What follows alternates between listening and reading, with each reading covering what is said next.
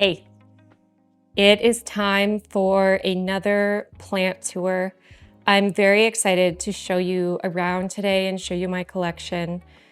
I really want to talk about too how I've made my space work for me and my plants. I think every space has its advantages and disadvantages. One thing that I find a bit of a challenge is the fact that this area is very open concept, which is great. I love my space, but it doesn't give me a lot of wall space to work with. I kind of have to position my plants against the windows, and then they end up growing towards the windows and not out where I can see them. And then I have this kind of like far wall that is maybe a bit underutilized in this little bare patch, which I'm like slowly trying to fill. And the fireplace is on an angle, so it kind of puts the rest of the space on an angle. And so you have some corners that are, it's just kind of wasted space. So I've tried to make a few adjustments from the last time you've seen my space. We'll say a quick hello to River. I always find it hilarious when I get comments on my videos saying, I think you have a bird flying around in your house. Yes, you're a good boy.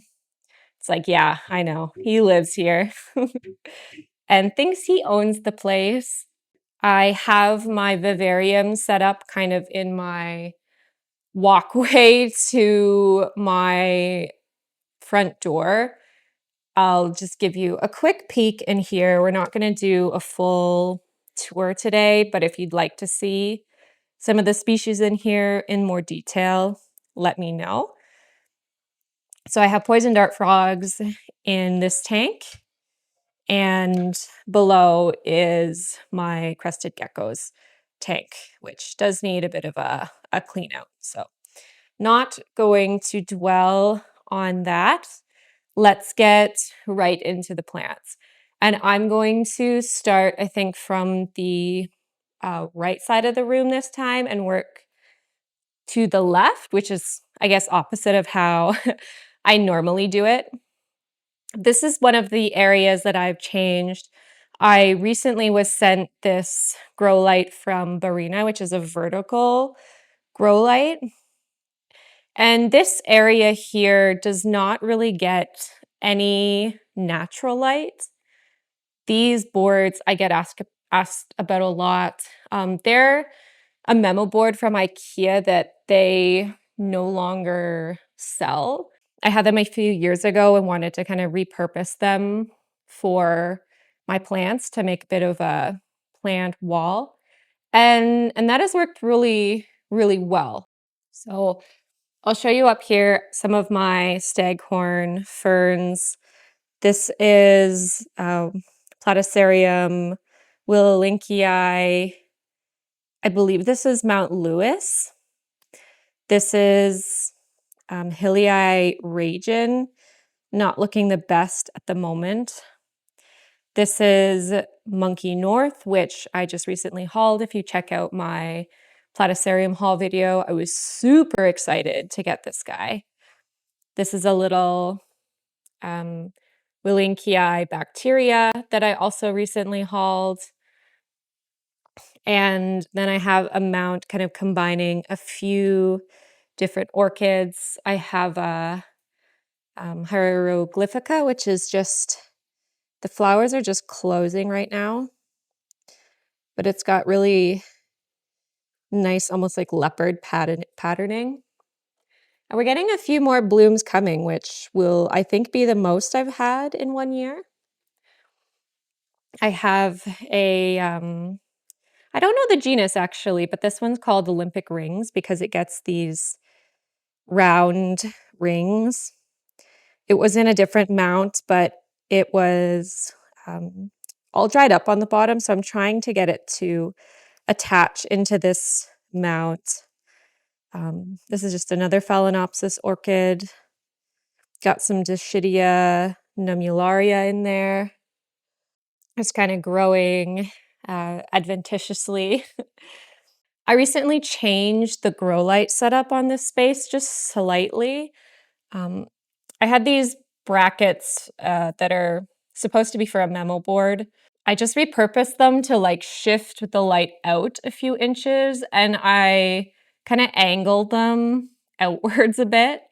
These are, I think, Barina as well. That just gives a bit better angle to the light so that the plants can actually make use of it. Because before, some of the light was like shining in behind and hitting the wall, and that's just wasted light, which we don't want, especially with, grow lights that we're paying for. On the next couple shelves, I have some Hoyas. They are just in these little containers from the dollar store that I have zip tied to the memo board. It's not fancy, but it works. This is Sigillatus Alice River.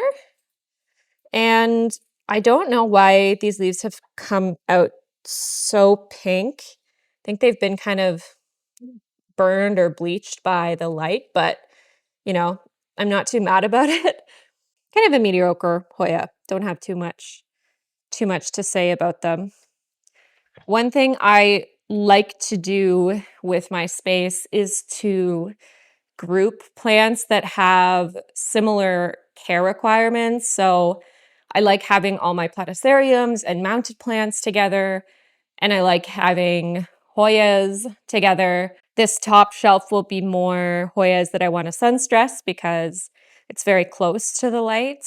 And generally the Hoyas over here are pretty hardy. They tend to get neglected a bit. So I know if I kind of leave them to last on my watering list, it's not the end of the world. This one is Quinquenervia, which I was losing for a long time. I kept like rehabbing it, but this time it seems like it's finally taken and is giving me some new growth. This is Kentiana Lori Lynn. Definitely a favorite of mine. It's got absolutely gorgeous color.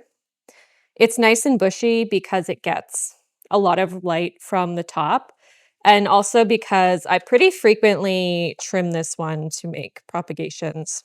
Absolutely one of my favorites. Next to her is Lacunosa intervariegated. Again, definitely a favorite of mine. Trying to get a little bit of sun stress on her. Just doing a quick check. Most of my Hoyas never get thrips, but for some reason I've had them on this one. Thrips are mostly gone in my house, but they can kind of reappear whenever, so it's good to just do a quick check. But yeah, that is a gorgeous, gorgeous plant and gets even prettier with sun stressing. I'm pretty impressed too with how quickly it has grown. Next is Snow Sui Silver, however you say it. What's probably the best feature of this one is that it gets nice blush pink leaves when it comes out. Big fan. Mine, I probably need to chop this branch because it's reverting a bit, but I don't mind to have a bit of less splash in with something that's more fully splashy. Over here is Argentea Princess, one of my absolute favorite Hoyas. I think she needs to be repotted into a bigger pot. She's here because she kept flopping over, and these little trays, they only fit these small self-watering pots, but they're pretty good for like keeping them sturdy. So they're good for these ones that are trailing but are in these like small pots, and I don't necessarily want to give them something bigger. On the bottom level, we have Hoya Nova Ghost, which has always just been a really nice, consistent grower for me. Maybe I should trellis it, but I don't mind it kind of trailing the way it is.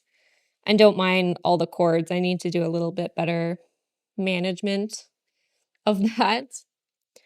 We have Cynthiantha Splash, which is not one of my favorites by a long shot. Um, I've just been trying to trim and see if I can get her bushier. I don't mind the flowers on these guys. Those are kind of interesting. So I'm keeping her around, even if just for that. But we'll see. Maybe this will be her last year here. This next one is kind of flopping out of the pot just because I was checking for root mealybugs. This is another plant that I've been rehabbing for years, and it finally took. This is Acuta. It might have been reclassified, but Acuta inner variegated. It's actually got really nice variegation and is getting new growth after, I've had this cutting and it's rotted and regrown so many times. It's pretty impressive that it's looking actually pretty good now. This next one is Thomsonii Splash or Silver. One of my special plants because I purchased it for like $12 or something. If I had purchased it specifically as silver, it would have been a lot more, but it does try and revert all the time. So I've been trying to clip it and get more silver. It's looking decent these days. And one question I've had for a long time is whether it's the white Thomsonii or red. It has a peduncle now, and I don't know if it'll blast, but those definitely look red to me. So maybe I'll finally have my answer on that one. But it's quite nice. This next one's also looking quite nice. This is Bertonier inner variegated. Love the fuzziness of those leaves, and the coloration to the new variegation is really cool. It's quite nice. And don't mind my grown out nails. I need to get them done, but you'll just have to live with that. Sorry. She is also getting, well, actually, they're open. Has some flowers, nothing like super special. They're kind of caramelly scented. But, it's always cool to have flowers around.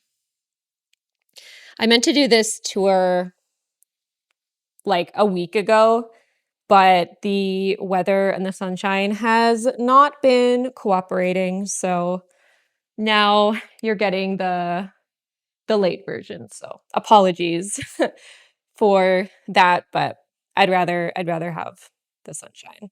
So to make better use of this corner space, like I mentioned, I added this Barina grow light, and I've moved over some plants like my philodendron gloriosum, which isn't looking amazing. She is getting a new leaf in there. It's kind of flopped over, and now it looks like it's been damaged, which is, a bit unfortunate. I've had this girl for a long time, but she's had thrips and spider mites.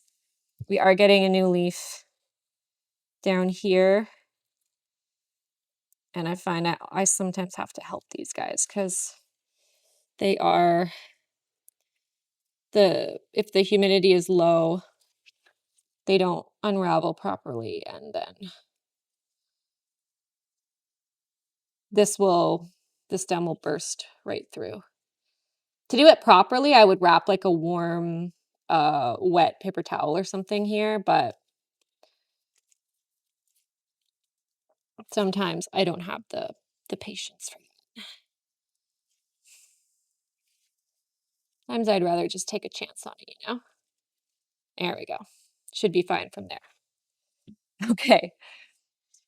So this gloriosum normally is on the other corner of this fireplace facing the window. And as such, all the leaves have kind of grown that direction, and you can't even really see them anymore. And as it's grown such a long stem or rhizome, I keep moving it back from the window, and so the petioles have gotten like crazy ganglion long. So I'm hoping this grow light here will encourage it to actually face forward and look nice.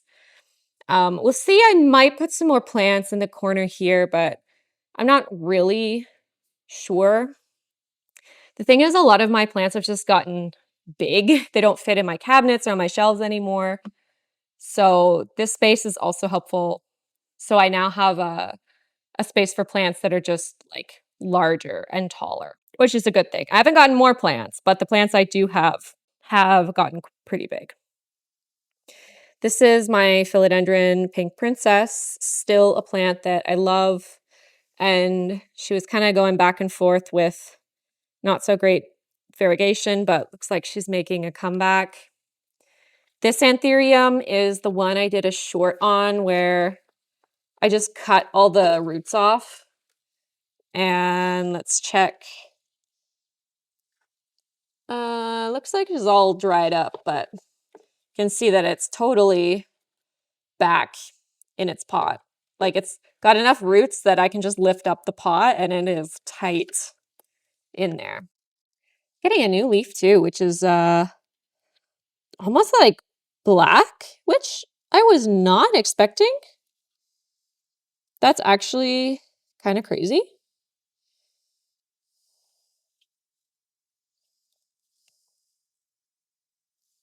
Because the leaves on this guy are not like crazy dark.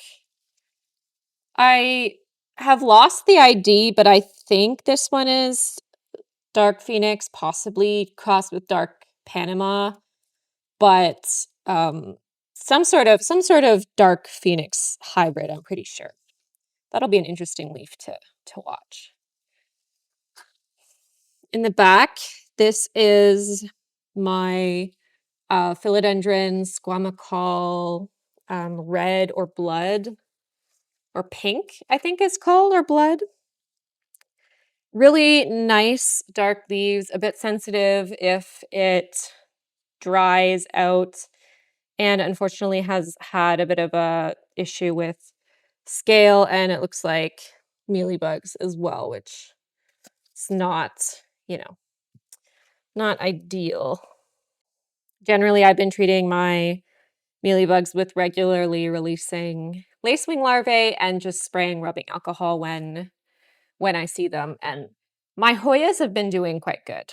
I've had a lot less in the way of mealybugs since I've been releasing the lacewing larvae. I just recently took a propagation of this guy. Some of the newer leaves were nicer. And again, I'm hoping as he gets more light from the front, he'll start to face forward and you'll appreciate the leaves a bit more. But I really have to show you the back. That one is kind of dull. These older ones have dulled a little bit, but what's lovely about this plant is the gorgeous red backs. I might have a propagation I can show you. And these are just little extra floral nectaries on the back. So those are basically just little like water and sugar droplets. Really, really love this plant. I wish it was looking better for you to also appreciate. I feel like this Platycerium is really stealing the show. This was the main plant I put the new grow light here for, because I find with Platycerium, sometimes they can end up looking a bit wonky with light kind of shining directly above them. It's good if you can have it in front of them. So this is Platycerium coronarium Philippines, which I got from Platy & Co. It's an absolutely gorgeous specimen. The frond has already started to grow and get bigger from when I hauled it. Absolutely stunning. Definitely one of my favorites. One challenge I had with this area is with vertical grow lights, you kind of have to put them in the way in order for them to be useful, which is annoying. So to make it like less obvious that there's this big black pole, just like standing in the middle of my living room. I have this light, which is also from IKEA, that used to be behind the couch. And I ended up moving it over here and kind of like putting the Barina light on top of it, just so like your eye is more directed by the curve of the light and you don't notice the big vertical black bar as much because I've kind of combined it with the bar that already exists on the light. So I feel like that's a pretty okay solution. It's not like perfect, but I feel like this is compromise of like form and function that I can live with. And then I also put my little side table in front, which I don't know, is maybe not like ideal either, but here you can actually like reach it from the couch and use it versus having it in the corner. For some reason, I just didn't like it as much. I feel like because it's open on the bottom, having them like grouped together, they're all the feet are kind of like anchored in the same spot, if that makes sense, versus having stuff all over the place. It looks more cluttered. So that's just a little like window into my thought process for incorporating my plants as like part of my decor instead of being like completely separate from them. I would like to eventually replace this table with something that doesn't have like these wire-based legs, like something that's more solid and sturdy. That's kind of my goal. I haven't quite found it yet, but maybe I'll find something that like I can just use the piece of wood and just put a different base. That might work. Also, I picked up this really cool kind of shadow box coffee table from Facebook Marketplace that is a discontinued IKEA item that I absolutely love. And you're probably going to say, why don't you put plants in there? And I could do that, but I also really like rocks and minerals. So it's become more of a showcase from them. And when the light hits them, they look really cool as well. Again, just a little change I made to my space that I have been really loving. These are kind of my rehab plants that were outside over the summer. And they're kind of here to just chill until I can put them back outside. The barrel cactus, another cactus. This is Illigorium, Hoya Illigorium, which I should probably repot, but I'm not convinced I actually want to save it. If that's really bad, but I'm not sure. Say rat tail cactus. He's kind of cool. Not too much I can say about him. This is a special Hoya because my now husband got it for me the day that he proposed. So got to keep that one alive. That's very important. And another cactus that will go outside. I used to be more into cacti, but now I'm kind of over it, especially this guy who stabs me all the time. But, you know, he is pretty big. One of my oldest plants, so I feel like I can't get rid of him, you know? In this corner, this is where the Philodendron gloriosum used to be. And I think you can kind of see the problem where I'd like the plants to grow more towards me so I can see them. But instead, all the leaves end up like angling towards the window and they don't look as great. So at least some of the plants I can kind of like turn to face me. And if you're kind of looking from this direction, then they still look okay. So I don't know. I don't know exactly what to do with this space, but it's a little bit of an overflow area, if I'm being honest. This is Anthurium crystallinum black, getting a new leaf, which has turned out a little bit wonky, unfortunately. But it's not completely hardened off yet. Sometimes the leaves get wonky when they are trying to orient the leaves towards the light. You can see how it's trying to tilt it, and then it ends up being kind of wonky when it hardens off. But that's okay, you know. Does it look amazing? No, but the leaves are really big and really cool, and it's kind of an easygoing, basic Anthurium, so I can't really complain. This was Anthurium magnificum crossed with papilluminum. I think it's completely dead now. It had thrips and didn't want to recover, so that's okay. I have some babies from that one.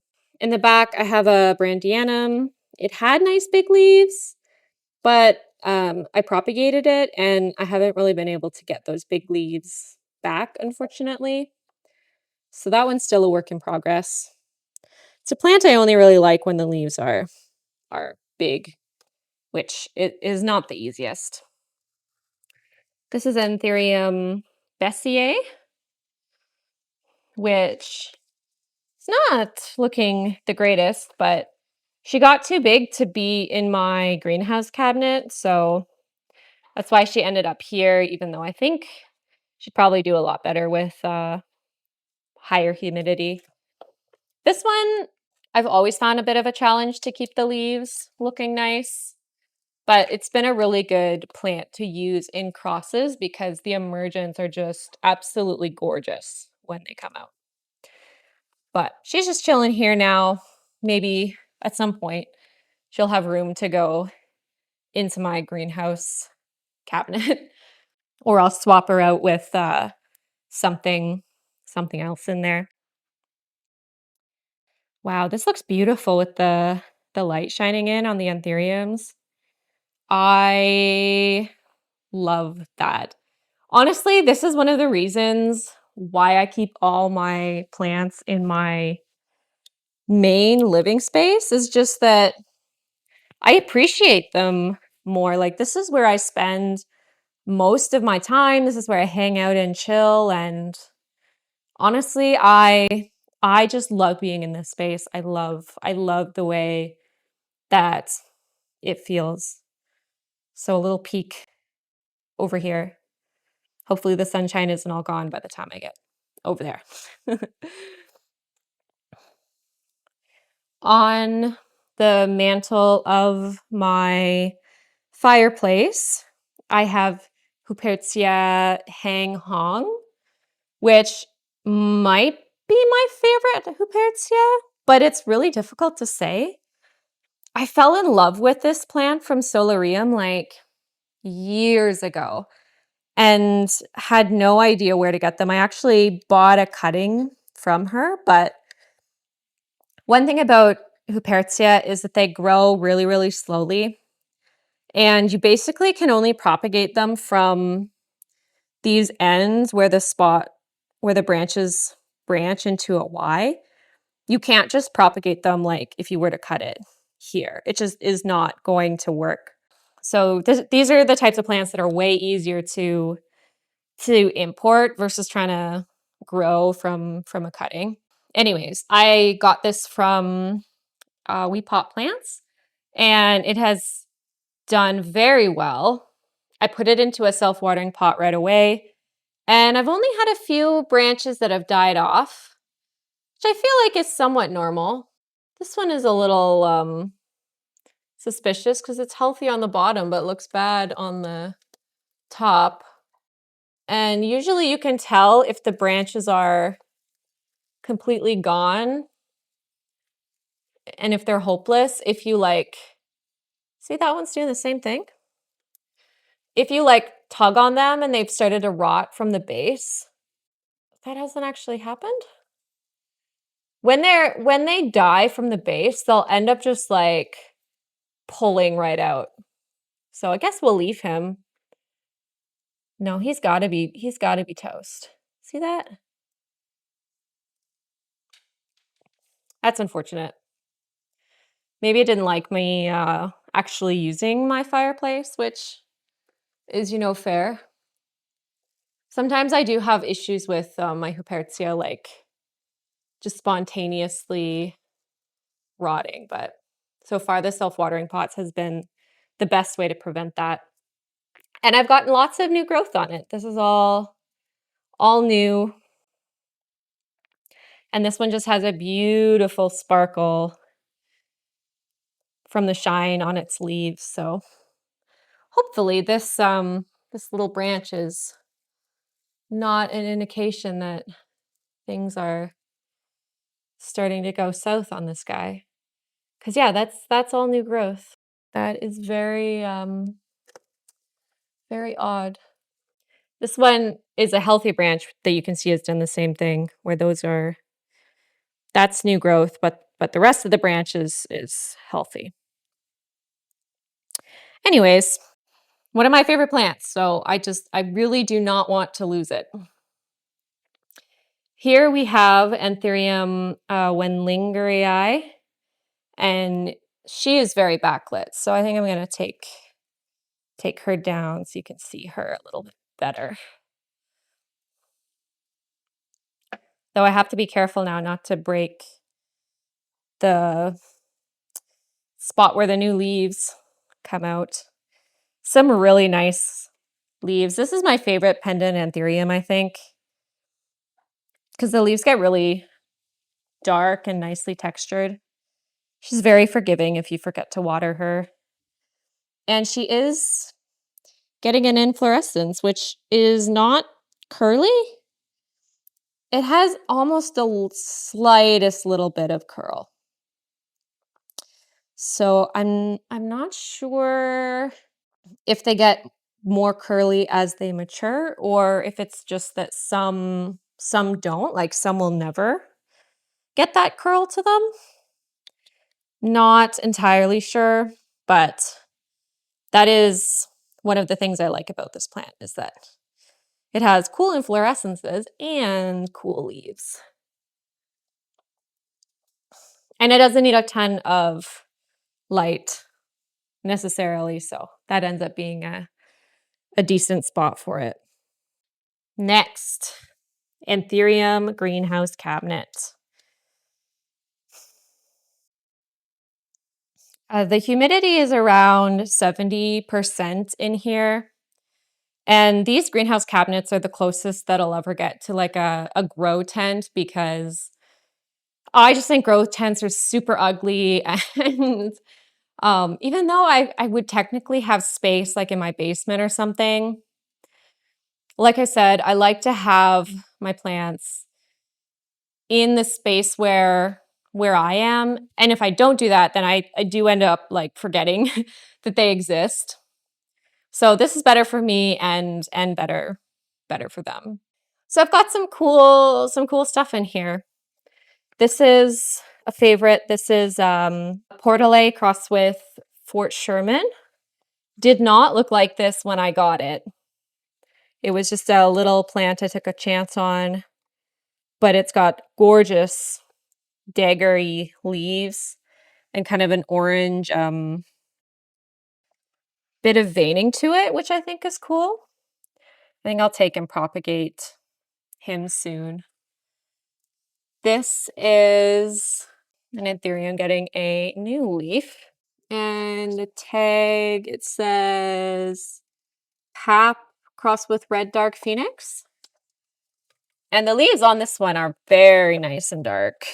And the backs of the leaves are quite red, especially if I show you the submergent leaf. If I can do it without damaging it. See how red the back of the leaf is? Which is nice, but I feel like I normally don't look at the backs of the leaves that much. So I feel like you don't really always appreciate it, but it's a good grower anyways. I have Anthurium Warocquianum doing quite good. She's made a few comebacks. You can see this leaf had flat mites. That damage on there is from flat mites, which the best way to like confirm that you have them is you'll actually see these like little red specks.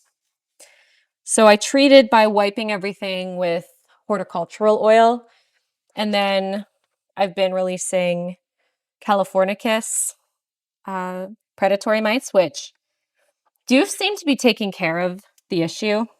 Basically just like keeping the population in check once I've gotten rid of the bulk of them. And this is a predatory mite culture. If you're unfamiliar with predatory mites or breeding them, I'll link some of my videos to how to do this, as well as my Discord channel, and started a podcast too, where in a secondary channel, I'm talking a little bit more about this with some other people who are really passionate about it. So I will stop talking about that for now, but they definitely have been working for me. Little Anthurium luxurians seedling that I'm growing. This is an absolute favorite plant of mine. This is Ace of Spades Tazula dark form.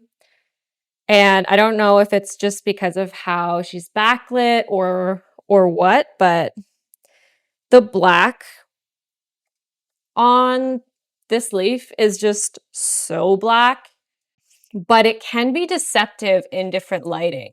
Often when I take her out and put her in better lighting to take a photo for Instagram or whatever, then she starts to look more green. But in the cabinet, there's no way you can tell me that's not a black leaf. This guy up here is a philodendron, heterocraspedon, I think. It was not doing well. I stuck it in my prop box and it has been growing back. So we'll see if this fussy Anthurium will do okay at its second shot in the greenhouse cabinet. Another Anthurium I love. This is, it's a complex hybrid. I think it's Carla Blackier crossed with Dreslerier, crossed with Pap Ralph Lynam, crossed with Pap Fort Sherman. And I got this as just a tiny little seedling, had no idea what it was going to look like. The leaves are gorgeously dark with a bit of a bluish reflect to them. And the sinus is like quite nice and wide. It seems to vary a bit leaf to leaf. Absolutely love this one. It was a pricey seedling, but I'm glad it's turned out well. See if you can tell any of the bluish reflect on there. Big fan, but I have let it dry out a few times, which is why we're getting some yellowing on there. This one here is Anthurium Yasunis Heart, which actually also has a bit of a nice bluish reflect to it. So I'm glad it's done as well as it has. These little seedlings, these are both the same cross. I think they're King of Spades with red crystallinum, and they look really beautiful. These are from her plant therapy. Okay, they're red crystallinum crossed with King of Spades crossed with Shell. They're starting to mature to the point where they're actually showing some really nice redness to them. I'm excited about that. I do have a couple more sensitive Platycerium in here that don't like drying out and like a bit extra humidity. This is Platycerium ridleyi. It's doing well. Down here, this was another gift from someone I gave plants to. This is Anthurium regal, which I haven't had for so long because they seem to just be so fussy. But I'm kind of excited about being able to grow one of these again because I've always liked them. Anthurium in the back is Bison crossed with X1. Normally the leaves are like nice and dark, but they've been not doing so well. They're all like going kind of yellow, but it's also been pushing inflorescences like crazy and has a Like it has one with berries that are maturing on it. Actually need to take those off before they rot or dry out, I think. So it's very, very likely that that is why the leaves are not looking so hot. Normally those inflorescences do take quite a bit of energy from the plant. This is a really vigorous Anthurium. This is red of Java. I don't think it's crossed with anything else. Oh, it's crossed with Fort Sherman. Okay. It has really nice red emergence. Kind of basic in my opinion, but it grows well. I have Anthurium peltigerum. Probably doesn't need to be in the greenhouse cabinet at this point. It's actually a pretty hardy Anthurium, but I really like the texture and the closed sinus. I've been a convert on this one. This is Platyceria madagascariense, which I tried to stick up a hook for it, but for some reason, must be some residue or something on here because no matter what I do, it seems to kind of fall off. So we'll have to try again at some point. But I was kind of just too lazy for that today. So that's kind of just a temporary spot. I don't recommend, stacking your plants like that necessarily. In the back, this is a little Tizula red crystalline and purple, which now I'm just seeing this new leaf. And I think you can see the purple tone on that. So I am quite excited. It was not doing so hot, but to see it getting new growth, ooh, that's really exciting. I'm really excited about that little one. On the bottom, this is one of my few orchids. This is a bulbophyllum that I bought for the flowers, but honestly, I don't know if it's ever gonna make it. I kind of converted this pot into like a homemade self-watering pot. Ooh, that's like way too much water in there. Ugh, okay, might have to deal with that. So if that one rots out, I wouldn't be surprised. This is a little papilloaluminum hybrid from Bags Plants, which I've had for a long time. I think this is just a weak plant because you can see how many leaves it's gotten, but it just hasn't sized up and it only really keeps one at a time. So I honestly think it's just like a weak seedling. I have Monstera obliqua in here, still one of my favorite anthuriums. Trying to give it a bit higher humidity to encourage it to grow, but it's just been trying to give me runners lately. In the back, that like crazy looking stem is this guy, which is a papilloaluminum. Has kind of a cool leaf shape, but has not been easy to grow. The leaves always kind of end up doing something wonky. And I've never gotten it to be like sticky so that I could pollinate it. So maybe I should just sell this guy, but again, it's kind of hard to do when they look ugly, In the back, this is a really cool one, although the leaves are a bit yellowy at the moment. I probably need to repot. This is Magnificum crossed with Dark Mama, which I don't know if I would ever expect to get that leaf shape from that cross, but it certainly has turned out really nice.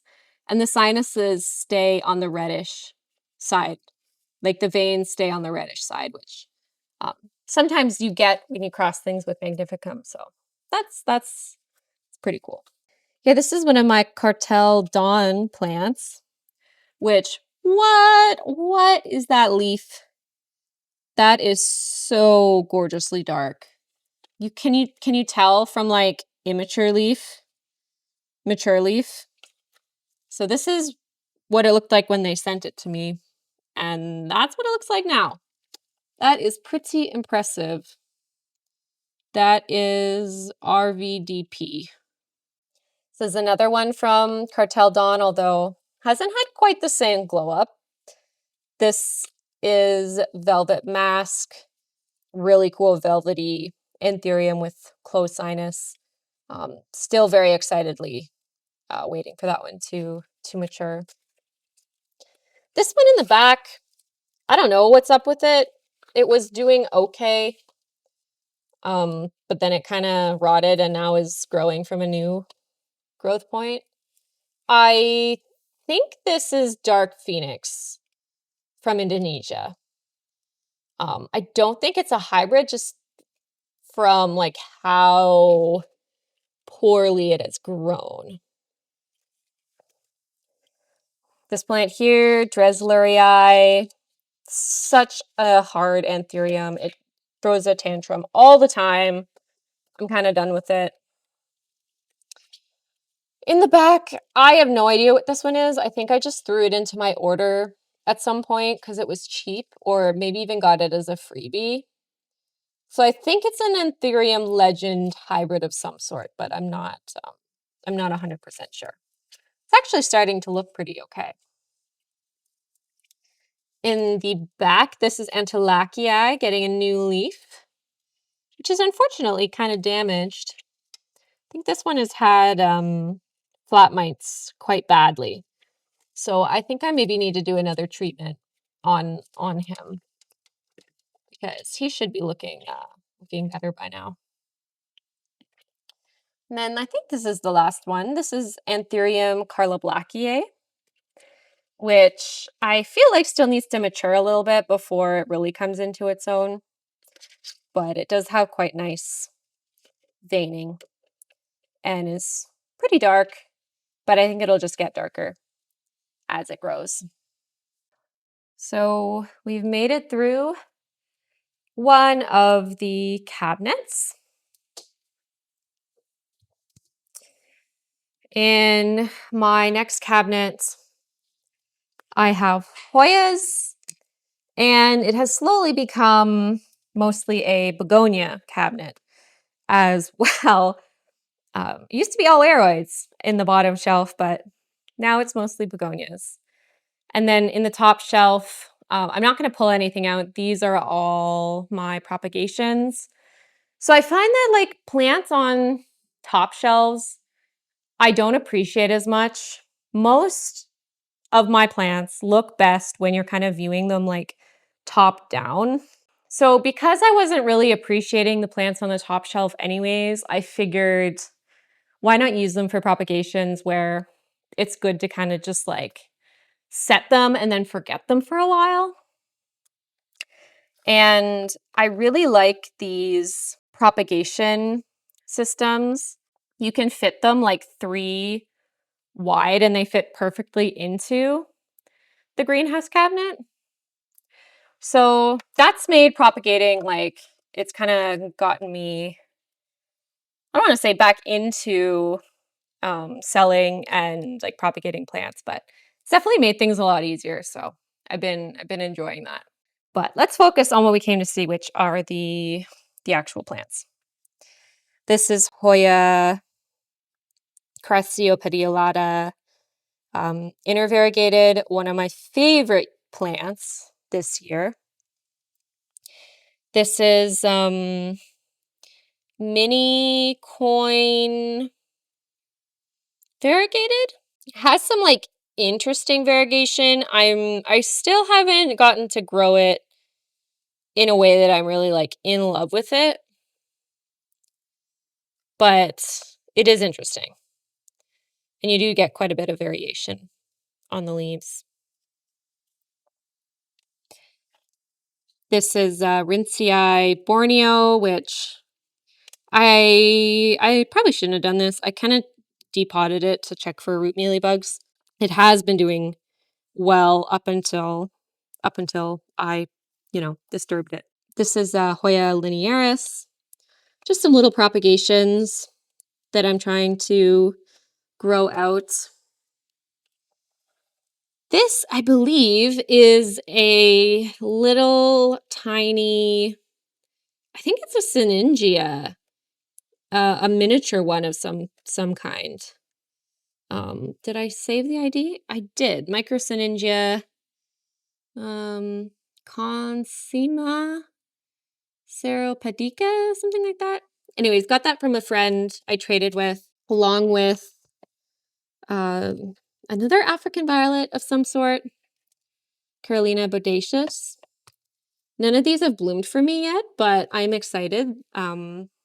This is kind of like a new genus for me, so I've been kind of excited to learn about all these little African violets. This one I'm also really excited about. She sent me Streptocarpus propagations. This is DS Khaled, which I will throw up a picture of the flowers because I think they are just phenomenal. And they're growing pretty well. Self-watering also seems to be the way to go with these guys. So there we go. More genera that I am now getting into collecting. This is one of my favorite Hoyas, although I think it had root mealybugs or something like that, which I didn't realize. It's kind of sad, but it's absolutely gorgeous with the inner variegation and the splashiness. I have a Serpens Silver, which is doing really well. It's growing quite quickly. The Callistophila in the back. This plant always struggles. Seems to not matter what I do, but it is growing. Got Willeniana variegated. Used to have a bigger one. I think it might have gotten thrips actually, or I cooked it trying to treat root mealybugs. Got a cutting in a trade with a friend, and now it is growing back very nice and lushly. Lacunosa silver, of course, only the branches that are not that silver want to survive. I find this guy to be kind of temperamental to propagate. So he's just kind of chilling in there. I don't really know what to do with him, to be honest. Hoya New Guinea Ghost with a random non-silvery leaf. I've chopped this one a lot, so it could be a lot bigger. This is a fairly fast grower, but I'm kind of happy with her. Just how she is. I don't think she needs to be massive. Cressy Petiolata Splash has kind of been struggling for a long time, but we're finally starting to get some new growth. I think this one got hit really hard with flat mites and root mealybugs. Maybe could use another treatment just to be safe, but it's finally starting to recover a bit, which we're happy about. Hoya Polyneura intervariegated. It's growing beautifully, one of my wish list plants. Actually had thrips, which I don't love, but Polyneuras seem to be one of the few Hoyas that get thrips, so I always just do a quick check on her, but she seems to be okay. All these places I chopped are basically the leaves that had thrips on them, so I just got rid of them, and she's growing back really nicely, actually. This is species VL9. I had a struggling plant this forever, and I basically just took a propagation, and now the propagation is doing way better than the mother plant ever did, which does happen quite often with Hoya. Sometimes your best bet is just to take cuttings and start over. So loving her. The color is really cute. It's little grape-like leaves. It's not a Hoya. This is Dioscorea Pixel Pink, also from her plant therapy. It's funny because the original leaves didn't come out very variegated at all, but now they're actually giving me quite nice variegation and some new growth. Just repotted her the other day, so that's why the leaves are looking a little bit sad. But overall, really glad that that one's doing well. I love Dioscorea. This is Allosiba dianthiflora, another plant that gets flowers. People grow them for their flowers. I kind of like the way that it produces these little offshoots. So that's one that I'm watching. This is sometimes erroneously known as the bat piper. Super slow grower. This is a new leaf, which is why it looks so good. But doesn't get very many of those, and I have not had success propagating it. But it is absolutely gorgeous, and I'm very happy I've been able to keep it alive. It was a little bit touch and go for a while there. Oh, I just knocked my my light down. This light is it's held up by magnets. So sometimes when I move the plants around, I knock the magnets from this top shelf off. There we go. It's staying up. Okay. Almost done with the shelf anyways.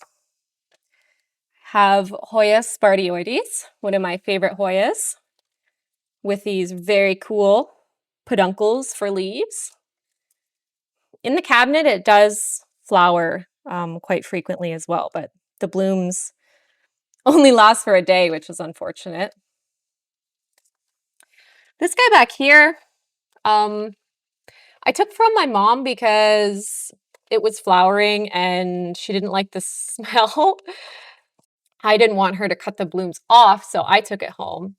This is apparently species Code Long Island. And I should really give it back to her, but unfortunately, it has now completely taken over my cabinet and is even growing up into this next shelf. So not really sure what to do about that. I guess I need to start taking some propagations. Say hi to my little bird friend.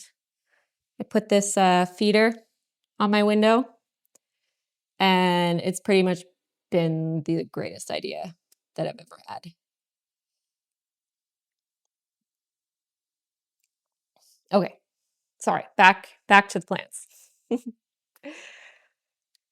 All right, down here we have the mostly begonia shelf.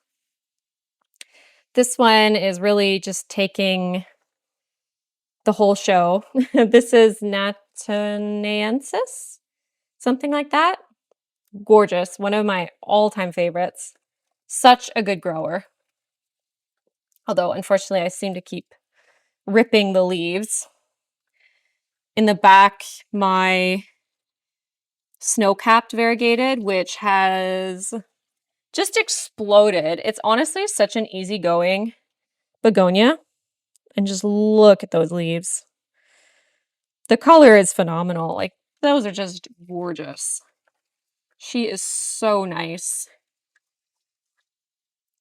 And very easy as far as begonias go. Very special begonia. This is Maculata variegated. Has been on my wish list for a long time. And it actually has 3 growth points starting. Had a little bit of a fit, I think, when I moved it to self-watering, but I think it'll be worth it. She's so nice. In the back, I have Soli Mutata variegated, which hasn't been very good with the whole variegation thing. That's why it's being punished in the back until it decides to smarten up, you know? Begonia Rouge variegated. This one has gotten so big, I've had to like cut it back a couple times. And every time I cut it back, the variegation just seems to come back better and better. It's doing phenomenally. I think more people need to care about this begonia because it is gorgeous.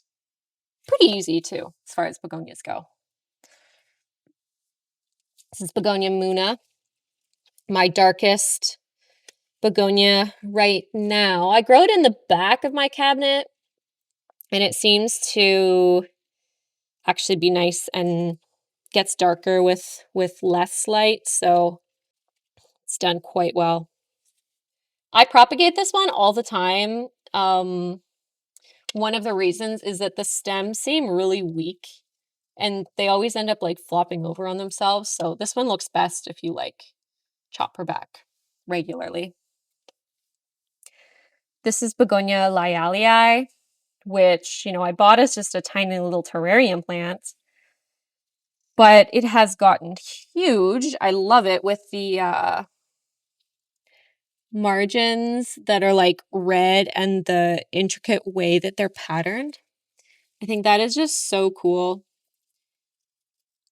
And it's produced a whole bunch of growth points, so it's all nice and lush. It only started to have issues, I think, because it got scale, but now it's really starting to recover. In this cloche, I have a bit of a sad looking begonia sarawak. I was trying to grow this in like 60, 70% humidity. Oh no. But that didn't seem to work, so I'm back trying to put it in higher humidity, and hopefully I don't lose it. So that's one of my favorite begonias of all time. The blue on it, so stunning, just like so nice. Up here we have Begonia amphioxus. Has a reputation as being difficult, and this is one of several that I've owned, but this cutting is doing really well now. I was happy to get that in a plant trade. These shelves, by the way, are from Plantal Support.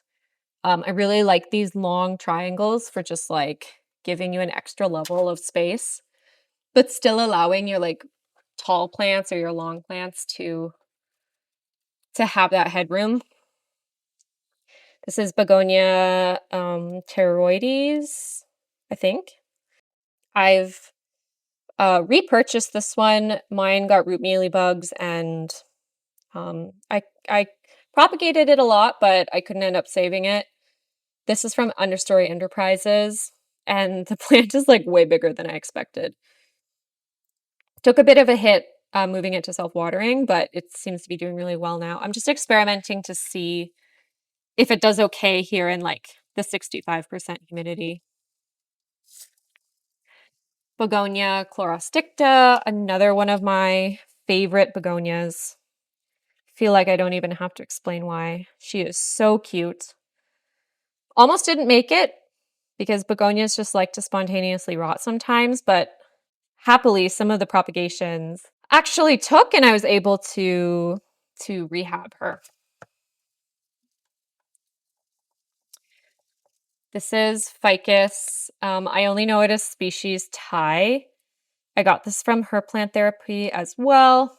Just some really cool variegated terrarium plants. And I mean, I love this one. The variegation, the pattern of it, that like pixelated looking pattern, so good. Super unique. And you can put this one in a terrarium too if you want. I like that guy just because he's like different, I feel like you're not going to get that everywhere. Kind of along the same line, this is a piper, a variegated piper. I'm not sure I have the species name. I just potted this one up as well. Hopefully it does okay in the 65% humidity. But I'm liking these pipers. I might have to get a few more in 2026. It's another terrarium begonia. Just checking to see if it can handle the slightly lower humidity. This is Mora Wahua, I think. It's looking maybe a little dehydrated. But it's got the cutest pink leaves. trying to get this to take in my frog vivarium, but I always like to keep multiple copies of terrarium plants because they sometimes just, kind of just rot if the conditions change. It's looking good so far. Looking good so far. Might need to move it back into a bin if it gets too crispy, but those leaves are just way too cute. And this is a little propagation of geogoensis? Geogensis? Geoensis. Think so. Another one from her plant therapy to replace one that I lost. I think it's a really cool shield begonia. And I have some little variegated alocasias propagating also from her. This Longaloba albo getting a little sprout and a root. We have a black velvet variegated that has already sprouted. And this one that's my favorite and that I am the most anxious about. This is Chanterii Pink. And I am really wanting to see some growth on that because it was the most expensive and my favorite. So I really want to see that one do well. All right, let's just make sure everyone is nice and put back. And that is it for greenhouse cabinet number 2.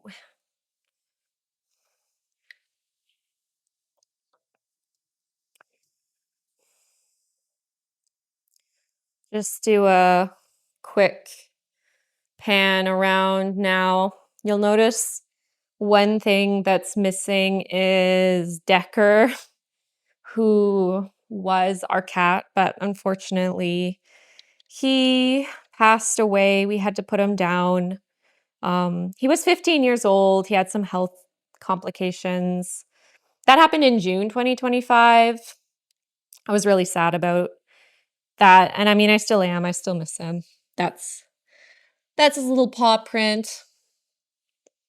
Yeah, he's always been kind of present whenever I've done my tours, hanging out on the couch. So it's kind of feel like he should be there, Anyways, I just thought I'd let you guys know. I'm okay. I might get another cat at some point in the future, but we'll see. We'll see. I do want to talk about my huge Monstera Thai constellation. It has done really well this year. It's getting like 2 new leaves. So I made a mistake with this plant. I put it outside for the summer. Oh, that's unfortunate. Well, that's actually the second time that plant has tipped over. So I guess it needs a bigger pot. Anyways, we'll deal with you. I made a mistake with this plant and put it outside in the summer in a spot that was not shady enough, and a lot of the mature leaves it came with didn't make it. They ended up getting burnt, and I cut a lot of them off.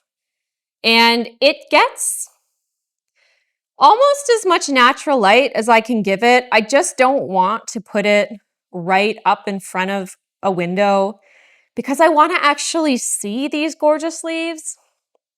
So the best I can do is to put it a few feet from my patio, which lets in the most light because it is like full height. And you can tell, oh, hi, River. Hello. No, we're not talking about you. We're not talking about you. Nope. We are not. You are not the main attraction here. You can see these leaves are not as mature as they could be, although we do have a secondary or tertiary fenestration there, so that's pretty cool. That one might actually be getting a bit more mature. Anyways, it looks pretty good for the light that it's getting.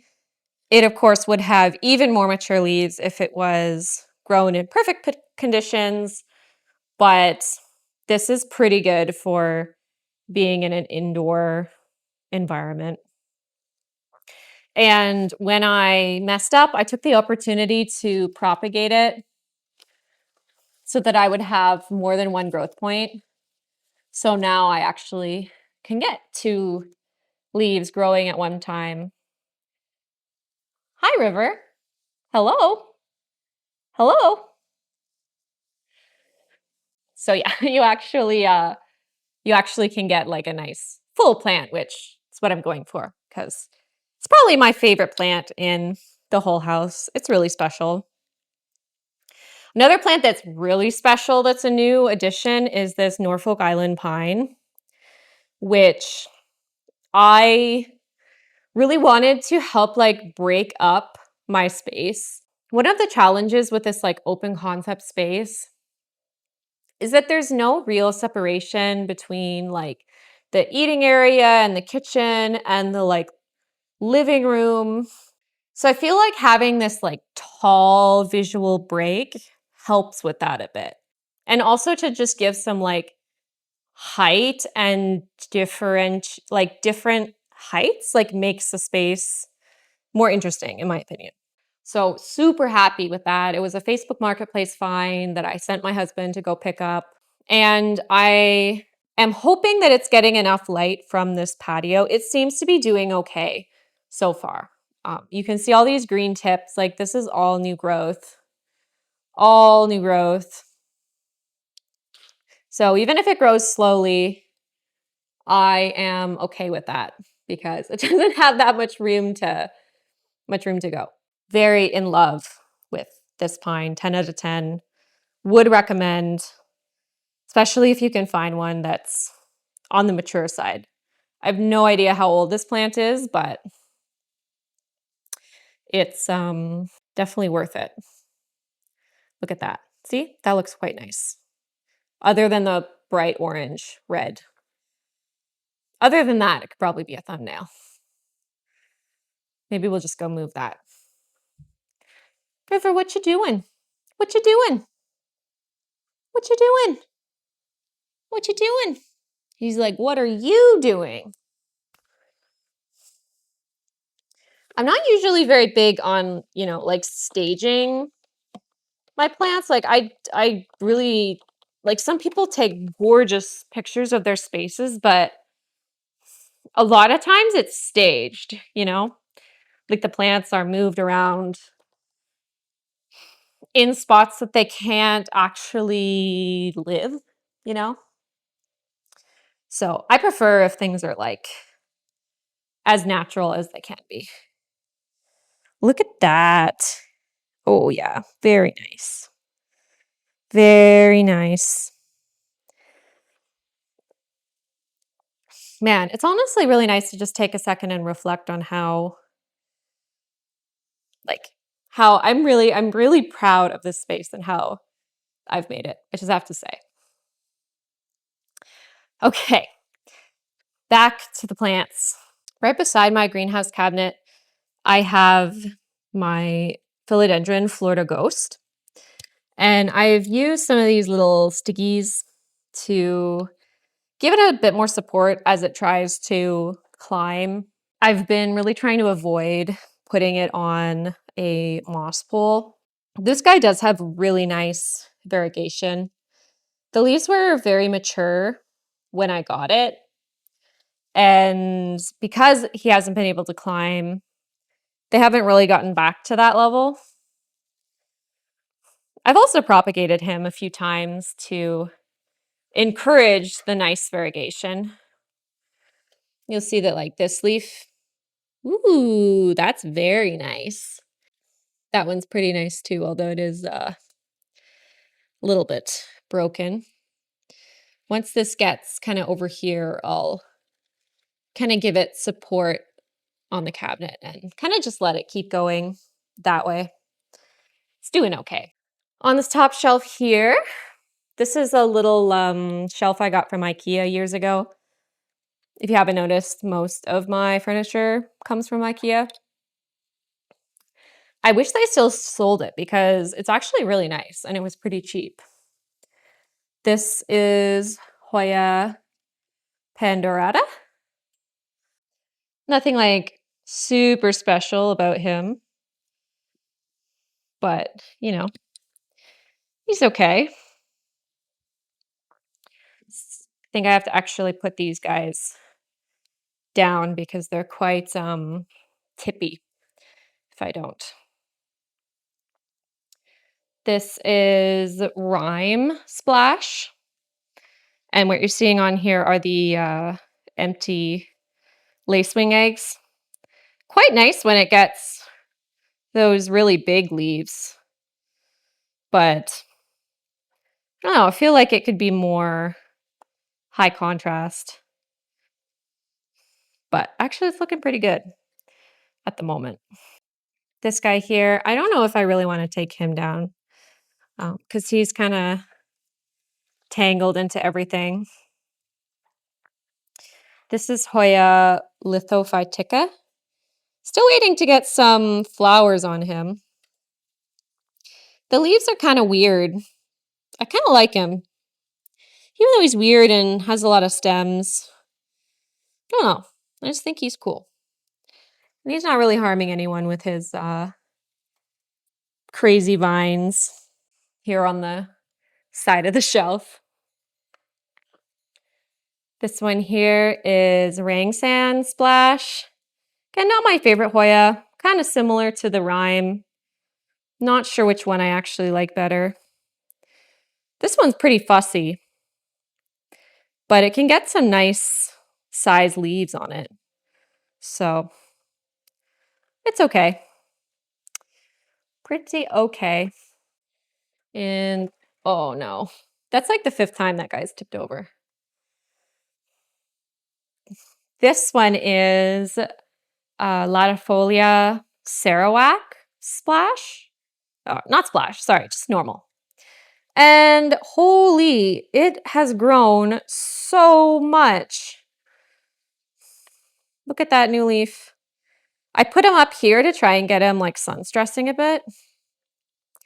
This was just a cutting from my friend Steph on YouTube. And I cannot even fathom like how quickly this has grown. Like there's must be something with her mother plant, like, because I've had Sarawak before, but it never grew like this. That is actually crazy. Now I just need to get it to flower for me, I think. Actually, let's put you here because I do not want to clean up more substrate than I have to. This one that tipped over. This is Gunangaring. It was looking more sun-stressed in the summertime. It's not so much right now, but the leaves are still really nice. Honestly, even without being sun-stressed, they're still really nice. I really like the veining. As far as the veiny Hoyas go, she's really nice. And again, she's in this spot because that does tend to get the most light. So in the summer, she does get more of a tan on her. Do not tip. And then the last one up here is my Coriaceae silver. I just repotted her the other day. You know what? You're going on the table, I think. Ooh. Just repotted her. She is massive. My largest Hoya by far. Leaves are massive. Especially if you give Hoyas a little bit less light, and higher shelves tend to have less light because of the angle of the sun coming in. Lower shelves tend to get the most. The higher you go, the wall kind of tends to block it. So the Hoyas on this shelf, when they grow and they're almost like touching the window, these leaves end up sun stressing. But then the Hoyas in the back here get a lot less light. But that can be a good thing because the Hoya leaves end up actually getting bigger because those leaves are trying to capture as much light as possible. So she does quite good when she's kind of in the back here. Wow, look how gorgeous she is. She's so nice. The vines are just kind of out of control and end up going all over the place, even while I do my best to like keep them wrapped. This next shelf is my succulent shelf, specifically for my most colorful succulents, which are doing okay right now. These are pangiculas or butterworts. This one I think is Elhersiae. This is, I'll put the name on the screen. Forget what that hybrid is. This one's Florian, and this purple one is Cyclosecta. Pings are like succulents in that the more light you give them, the more colorful they're going to be, but they do need a lot more water. Oh, and this vessel, by the way, super cool. This is from Jackson Carey, which I will also link. It's one of my favorite potters, especially for like those kind of bog planters. It's a conophytum of some variety, flowering. This is a little Graptivaria Purple Delight variegated. Has been struggling from mealybugs, but I think is starting to recover. Crassula, what's the name of this one again? Tomentosa, filamentosa, something like that. We'll have to look up the name. I thought this was a succulent, but it's actually a cactus. Don't know why that surprises me, but it's really cool. It looks just like coral. So hoping I can keep that alive. I'll break my cacti ban, I guess, for this one. Yeah, that does look really cool. This one is, man, I can't even remember my succulent names anymore. This is like a super famous one that gets really blue or really pink with super thick farina on it. Anyways, I don't remember. Don't know if I have the ID for this Echeveria anymore. This one is, oh, I also lost the ID for this one. Anyways, that's once, is it like lavender pebbles or something? Anyways, that one has really cool color to it. Another conophytum. No idea if I'm succeeding keeping that one alive. Albuca variety. Usually looks better if I can put it outside in the fall and it gets colder. Right now the spirals on it are not the greatest. Echeveria cream tea. What's this guy? Lithops gold. Again, no idea if I'm keeping him alive. It's hard to tell. So far, so good. Some of these are dead, but this little one over here, Crassula pyramidalis, I think. Yeah, that chunk's dead, but that chunk's alive. It's doing okay. And I just noticed this guy's like infested with mealybugs, so. See that? That is not great. So I will be ordering some more lacewings after this. This is, I guess, technically also a cactus. Myrostigmata? Variegated. Something like that. One of my finds from the Cactus and Succulent show. And these guys are getting absolutely baked by this 100-watt Sansi grow light, in addition to getting natural light. It's the only way you get colorful succulents is by giving them a ton of light. This is Cotyledon variegated. I constantly forget the name.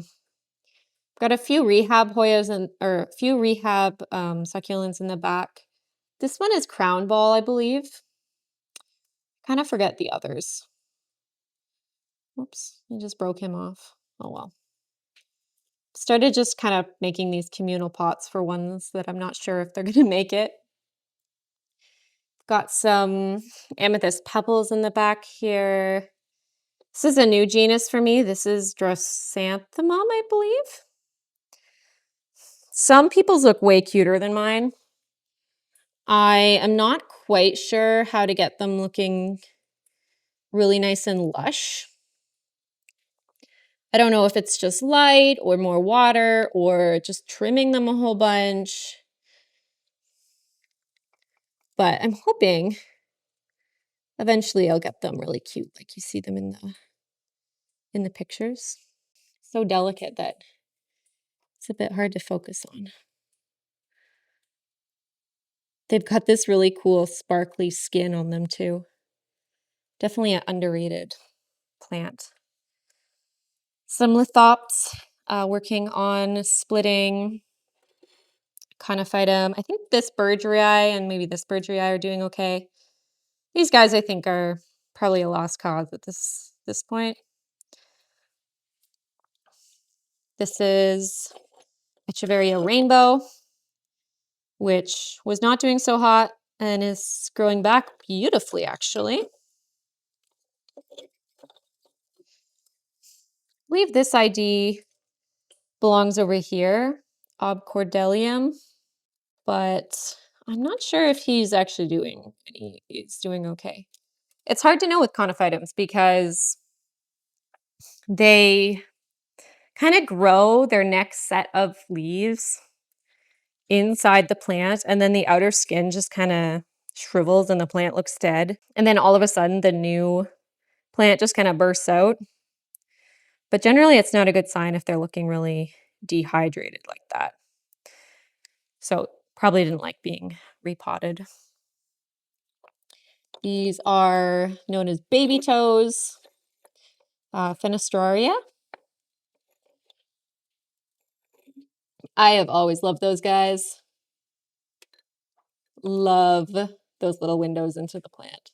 So cool. And random assortment of rehabs. This is a fun one to propagate. It's an Andromyscus variety, but I always forget the name. The little baby propagations always look better than the mature plant. On the next shelf, I have mostly Haworthias and succulents that can handle a little bit lower light. This is Haworthia, I think it's called Cream Swirl. This is a variegated, I think fasciata is the species. This guy I'll have to look up. This is a new addition from the cactus show this year. And this pot, which are my absolute favorite, I also got at the succulent show from a potter that goes by, I think, Sand, Earth, and Fire. Makes the most gorgeous pots. This is known as climbing onion, Dramea, I believe, intricata or imbricata. And it has these super delicate fronds that gets little flowers and then it gets these seed pods. I've never grown them from seed, but apparently it's not like impossible. It's definitely a cool plant. Got a variegated Haworthia, another variegated Cooperii. Love the colors on that one. I think this is a variegated Limifolia, a euphorbia of some variety. Have to look up the name. Has really cool coral formations to it. Another albuca. I forget the name of this one. It's one of my favorites. It has a easier time being spirally than the other one. that I have. No! Shouldn't be breaking the little spirals off. Probably needs more light and he would be more spirally. But he's doing pretty good overall. I love those spirally succulents. They're so cool. Have to look this guy up. He's just chilling. This is Hoya. Do not remember. All I know is that he's gotten huge with multiple heads. He's quite the good-looking specimen right now. This is Truncata lemon lime. And this is a plant that I've had for years. Pick some of these dead flowers off. And now he's got quite the gorgeous spread going on. But I think he needs to be in a wider pot so that you can really appreciate all that beautiful texture. And what I think is really cool about these guys is that the windows actually like allow light in so the plant can synthesize on like the inside of the leaf. It helps protect it from the light being too intense, which is just so cool. Another variegated Hoya that has somehow managed to survive despite having very little chlorophyll. This guy might pull you out.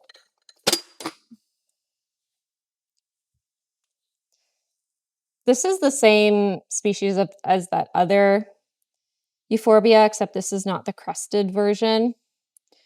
And it is variegated, although sadly the variegation hasn't been looking as good for me as it did when I first got it. It was more contrasty. So I don't know. I don't know if I'll keep this one. Thought I would just give it a try, but it's I don't know about it. Here, another one of my favorite Hoyas. It's kind of thirsty. I should probably give him a drink. It's Hoya truncata variegated. Always one of my favorite, most gorgeous succulents. I could honestly just go on and on and on about that one all day long. This is a Tephrocarpus. I guess I actually do have quite a few cacti. I think this is Tephrocarpus geometricus. And I like it because it is very circular. They look way cooler once they get mature and they get like more spheres on them, but they are kind of slow growing. Another variegated Hoya. This one has really nice balance of variegation. This is Opercularia decurii, I think. I think it's kind of going dormant for the winter, but has the most pretty little leaves on him. This is Crassula deceptor, which I've had for a long time and has really cool texture to it. It's doing really well. Random little Hoya in the back. And then this white guy is sometimes known as the cocoon plant. I often forget the actual name, but I've had him for years and he's just like massive now. On the bottom, this has slowly become my like codex area as I realize that I actually really, really love succulents and I need more of them. So this is Dioscorea elephantipes, getting a beautiful spray of foliage and has a beautiful codex. Stunning. Unfortunately, I've had to cut the leaves back on this guy quite a few times because they kept getting thrips. I don't know why the thrips like the leaves so much, probably because they're so thin. But this time I think he's good and he can just grow away. This is a Hoya truncata, variegated. This is, I think I still have the ID. Stephania cephalantha. Has really cool leaves, kind of similar to Stephania erecta. I still love my Codex plants. You just have to be careful because a lot of these are poached, especially if you're getting like really big mature specimens. You have to be careful.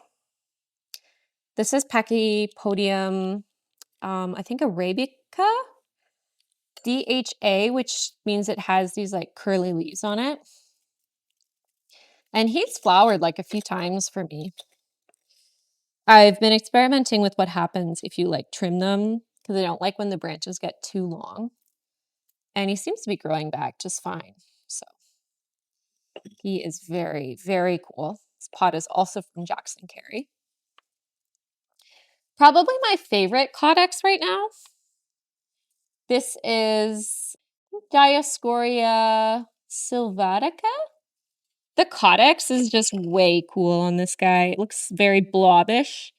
And it gets very wrinkly when it's thirsty, so you don't really have to guess, which I like plants like that.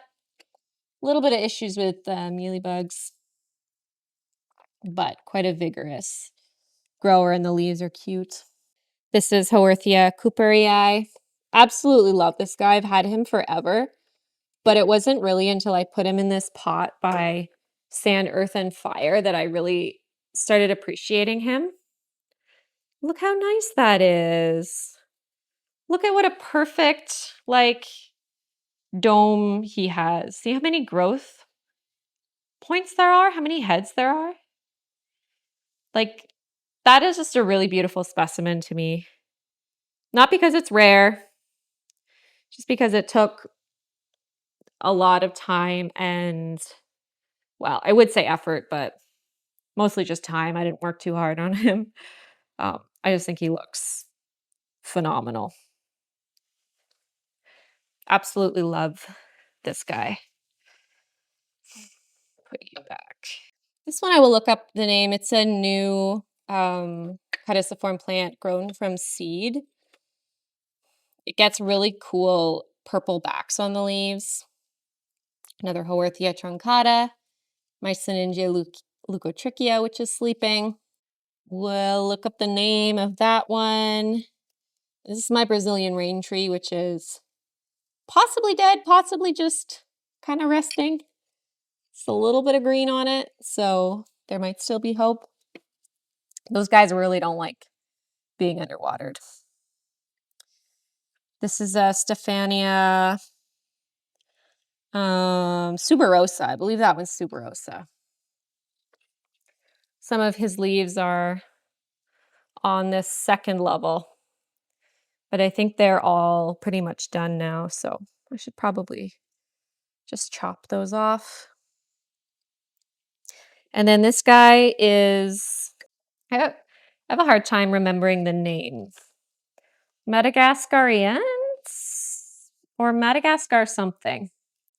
It always comes time for these tours and I forget all the names, but really cool spiky zigzag plant. And it gets tiny little leaves, but not much in the summer. And I just grow this guy outside in the summertime and he does quite well.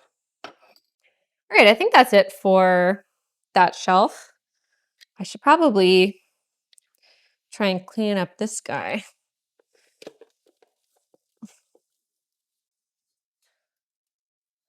Clearly he has gotten too big and needs to be repotted.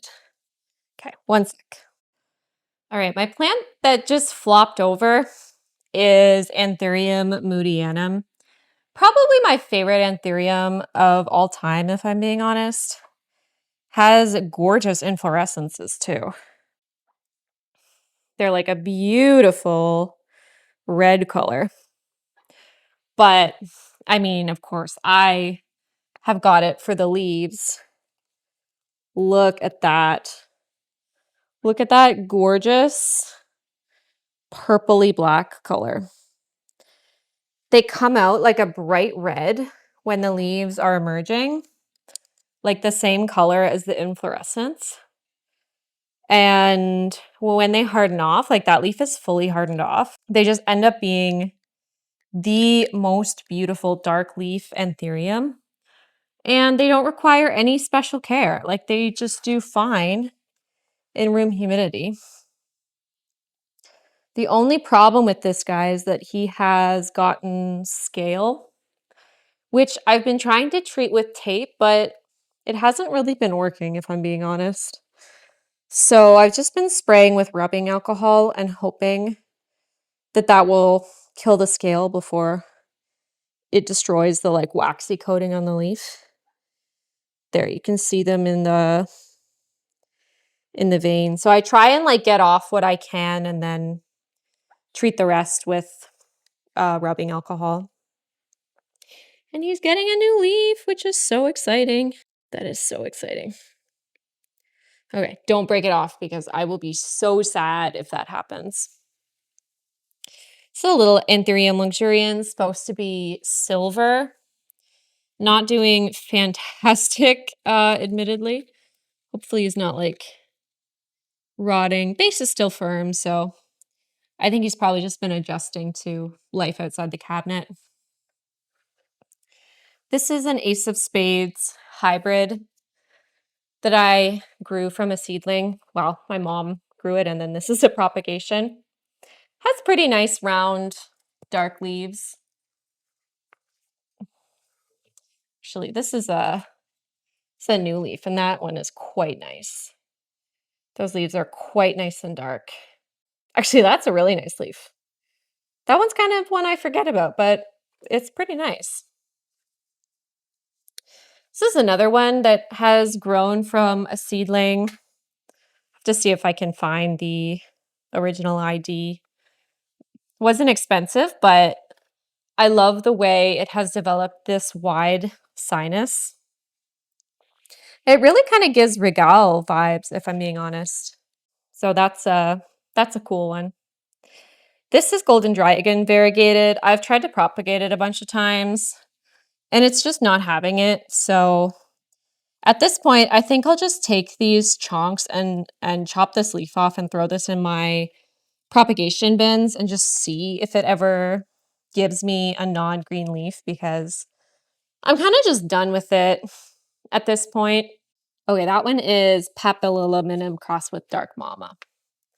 That's what the idea is. And actually, I think this one, we do have the tag, is Ace of Spades crossed with Dark Mama. Beside them are a few odds and ends. This is my, oh, I guess this guy has a inflorescence too, but he's so dehydrated that it's like flopping all the way over here. This is the Mataphyllum, I think Sprucianum, variegated. This has been the nicest variegated leaf, but it is starting to brown. This leaf has decent variegation, but it needs more light, I think, in order to really brighten up. Anyways, what I like about these guys is how the leaves form separated and they kind of like spiral out. I think that form is just so cool. This is a little sycamore tree my sister gave me that I was supposed to plant outside, but I didn't before it started snowing, so now he's stuck in here with me. My Alocasia macrorrhiza. This guy is always in rehab mode. I put him outside in the summer. Some of the corms started to resprout. I think the original plant is dead. I'd like it if he could grow back because I do love him. I'm really happy because my Alocasia reticulata has started to come back to life. I don't know what happened, but it just kind of rotted out. Like this corm is pretty much gone. But it does have a new growth actually here. And at the very least, there's this guy. This plant was massive at one point, so I hope he can get back to that. These guys don't produce corms very easily, so it's good that I got a baby. And now just to give you an overview of these plant shelves, these are, I believe they were called Enhet from IKEA.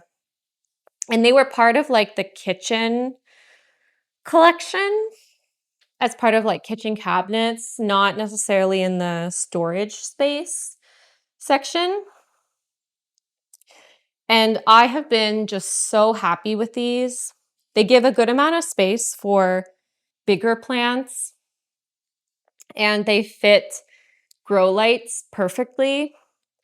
And they look just really like sleek and are easy to clean. I find easier than the glass shelves ones, the glass shelves, which are more common.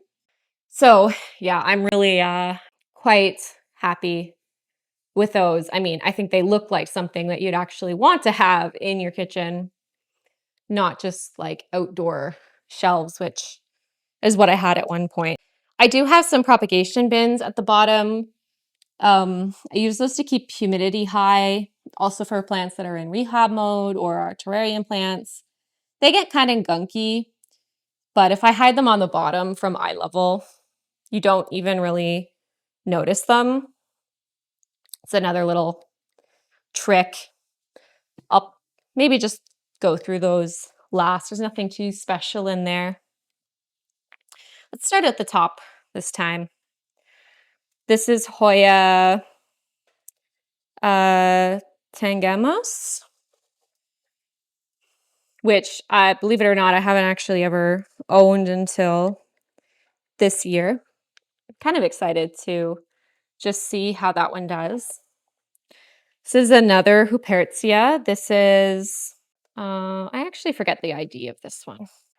But what I like about this one, Hupertzia are also called tassel ferns, and this one you can definitely see how tassely it looks. You can see the new growth. It's just doing really well.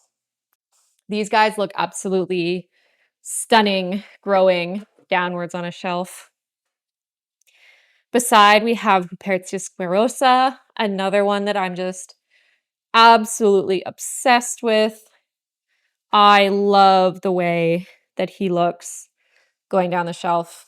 They just have such a cool dimensional vibe to them, such a great like structure. You know, they just kind of do their own thing. And I love that. It's also really easy. In the back is a little terrarium with some nepenthes and some bun moss and also some utricularia longifolia. It's doing not the greatest. I just cut back some of the tricularia the other day because it kind of takes over.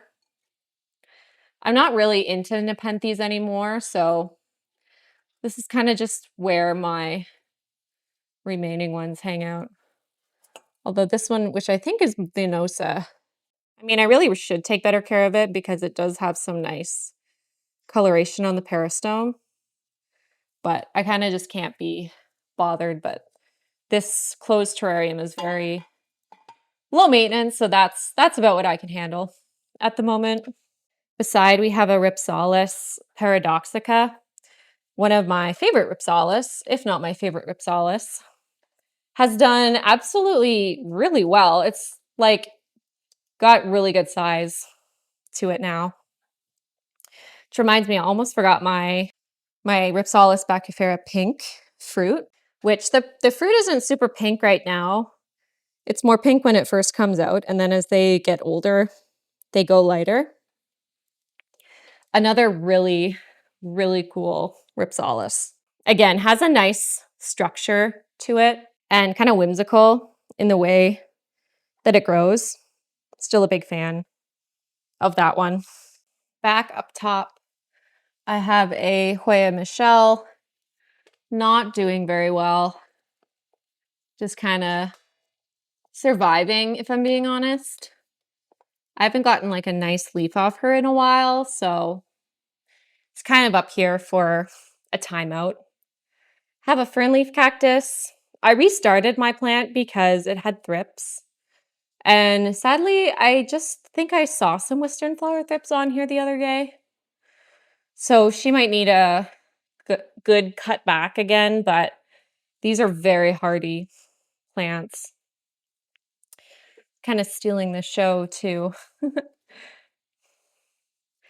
This one here is Hoya platycollis, which I just repotted the other day. It was severely overdue. It's not Coriacea silver. Let's bring you down. She had some flowers starting,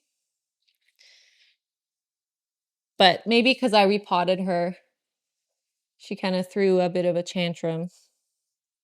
This is not a Hoya that likes to be underwatered, but it does have really cool cascading foliage, which is why she makes a good like top shelf plant. I'm gonna stick you here for now. Beside her is another Huperzia. This is Nummularifolia. This is more of a small Huperzia if you don't want one that takes up a ton of space and that hangs down like really far. Another one of my favorites, the little scale like foliage. I mean, I think that's just really, really cute. This one has gotten a lot of new growth too since I got it. So you can see here, there's a branch that has died off, but overall it's doing really well. So I am not worried about it. See, that's the pot for the fernleaf cactus. And then he goes all the way over here. Still one of my absolute favorite plants. Another new branch growing here. This is Hoya obovata that I just chopped up and put in a new pot the other day. Here we have Hoya bella. Should really cut that green sprig off. This one was struggling for a long time, and you might be able to tell the outer variegated one I put in the pot to try and just root hasn't done well, but the inner variegated has done really well. So most of these strands, these are all from the inner variegated plant, which from a few people I've heard tends to be the easier of the two. And actually it's gotten like quite lush, especially when it hits these grow lights here. It'd be nice if it faced towards me, but kind of just have to, I guess, accept the way that it wants to grow. I'd really love to get some flowers from this one. I love the way that those flowers look. And the last Hoya up here is my Hoya sigillatus. This one does okay if you kind of just let it dry out and forget about it. It's become actually quite a lush plant, so I just let her trail and do her thing. She is quite a nice specimen, if I do say so myself. Going down to the next shelf, in the back I have Lacunosa mint coin. This Hoya is huge. That's why I don't really care if my other Lacunosa silver doesn't make it, because this one is massive. I mean, it has more of a minty foliage to it. Wow, she's heavy. Let's try and show you in a bit more light. Are you seeing that? Crazy. Like, that is such a full Hoya. If you want a nice bushy Hoya, Lacunosa mint coin is one that I highly recommend. She is beautiful.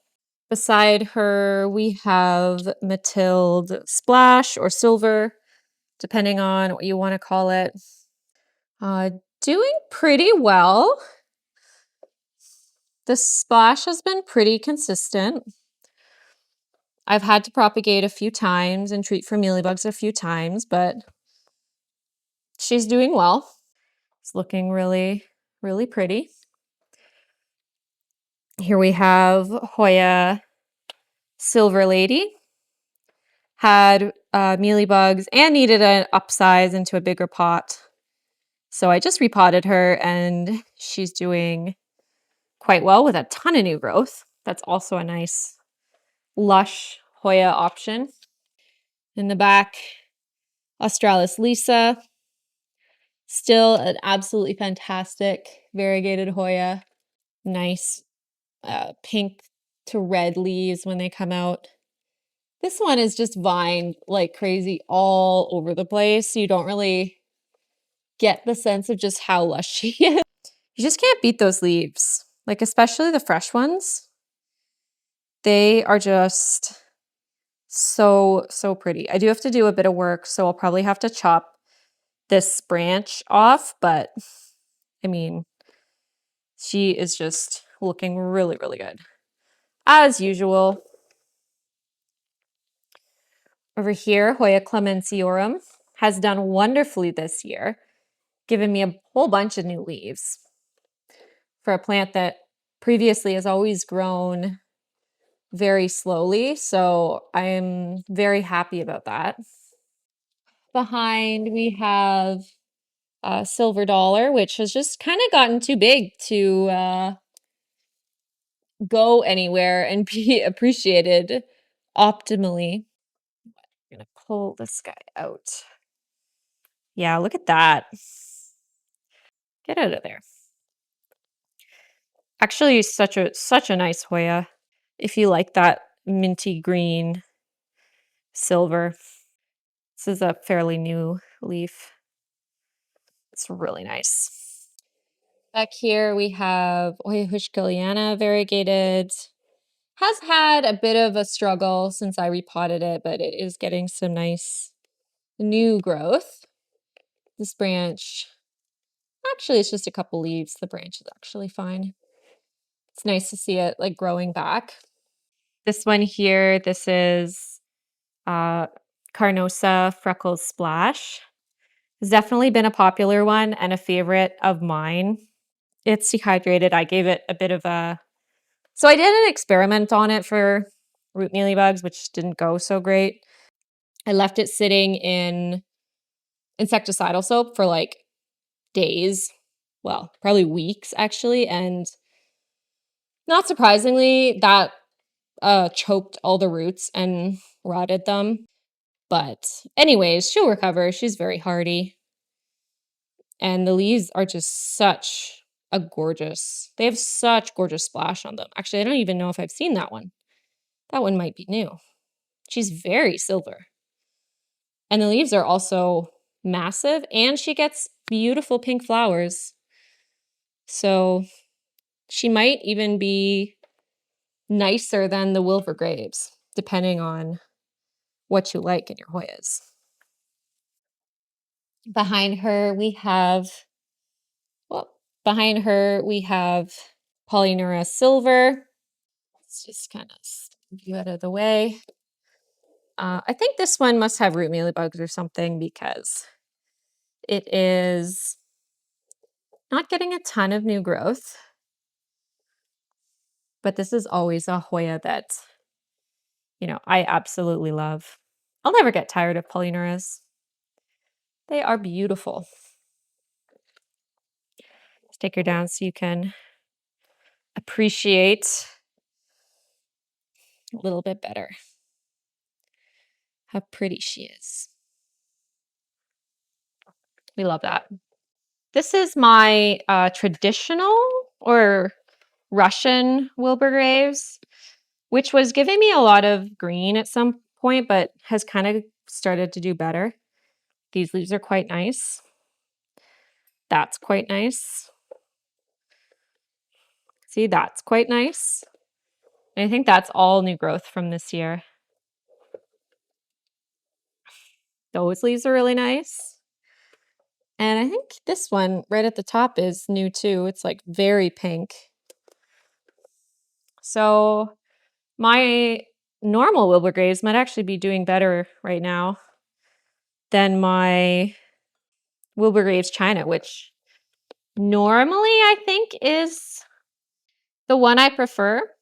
This one can sometimes get kind of wonky looking leaves, but sure is looking good right now. In the back is Suloasiana with these beautiful long reptilian leaves. Such a lovely, lovely Hoya.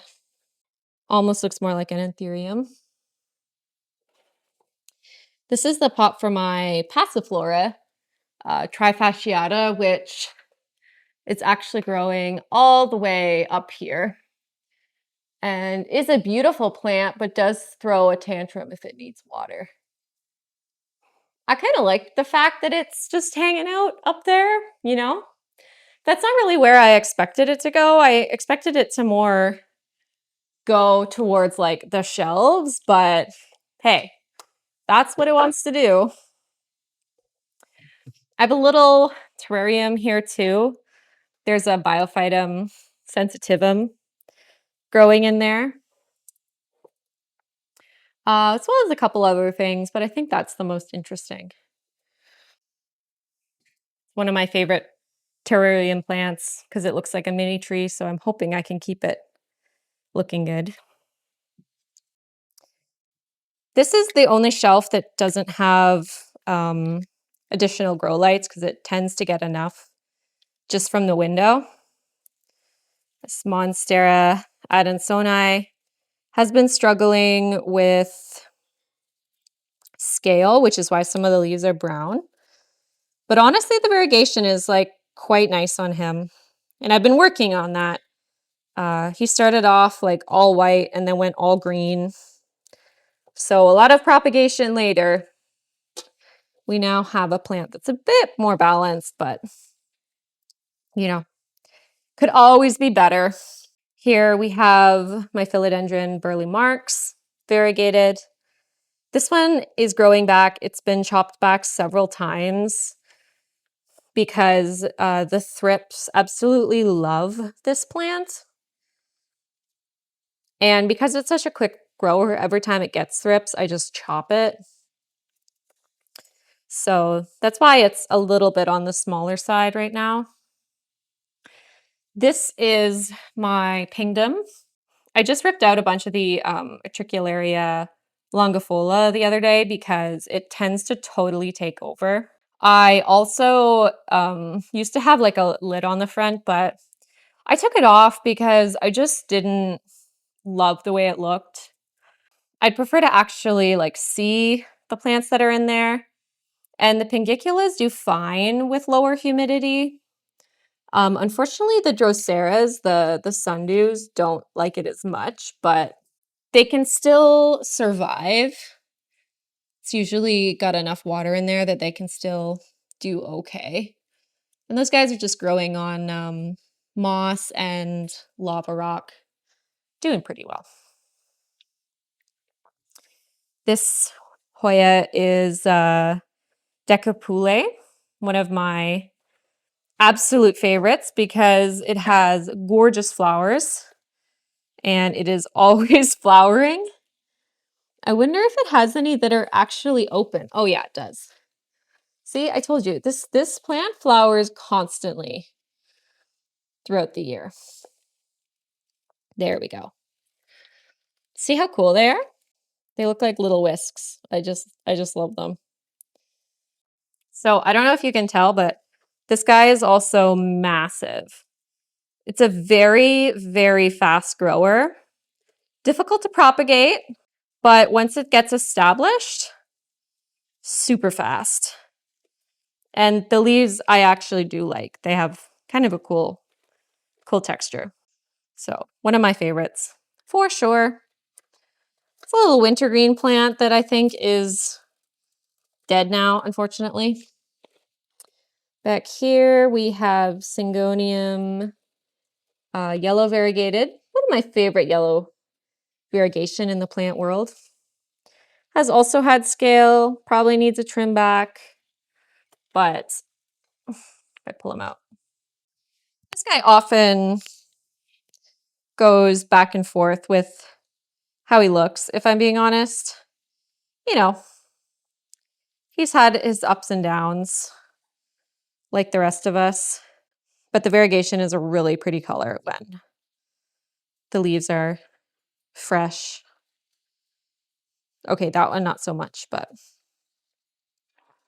he's definitely worth keeping. Here is Dioscorea discolor. Unfortunately, I had to cut it right back because it got scale like so badly. And it's starting to grow back. I tried to use some tape just to like stop the scales, but I don't think it really did much. So I just have to take that away because it's kind of just ugly now. I've just been spraying with rubbing alcohol to hopefully prevent that from coming back. Got a Hoya undulata in the back, looking lush and stunning. Actually, such a pretty Hoya. Do I need to pull this one out too? Just so you can appreciate just how nice that is. It's really nice.